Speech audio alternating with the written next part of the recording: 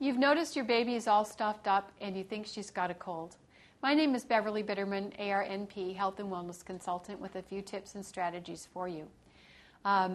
If a baby has a plain, ordinary garden variety cold, the baby won't have a fever. However, the baby may be pretty fussy. You may notice drainage coming out the baby's nose, and you might notice a change in the baby's appetite or willingness to eat. So these would be hallmarks of a baby with a cold. What you're wanting to do is keep your child comfortable until the cold goes away, and you also want to observe for signs that might indicate a secondary infection, like an ear infection, has taken place. So as long as the baby is fever-free or has a low-grade fever, say under 100, and the drainage is reasonable, I think you can probably treat that at home. We no longer recommend that infants be given cold formulas, over-the-counter cold formulas. So you're really limited to things that are comforting.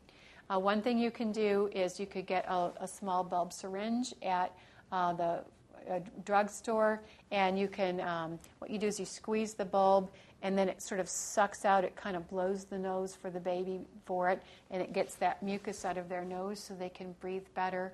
It's a good idea to do that before you nurse or bottle feed, because that will help them. You can also use saline nose drops, that's saltwater nose drops, and you can buy those made up at the drugstore as well. You can make them up yourself, but for a baby, I think I would use the kind that you'd buy at the drugstore. Moisturize the air. You could get a humidifier or boil some water on the stove. Things that make the air a little bit more humid will help your baby. You also may find that breast milk works well, but if the baby's on a regular formula, they may or may not want to take it. If for a day or so they drank more water or something like a Pedialyte or electrolyte formula, that would be just fine. If the baby develops a fever, particularly if it gets, say, over 102, if the baby suddenly seems very cranky and you're wondering if they have an ear infection, go ahead and call your pediatrician.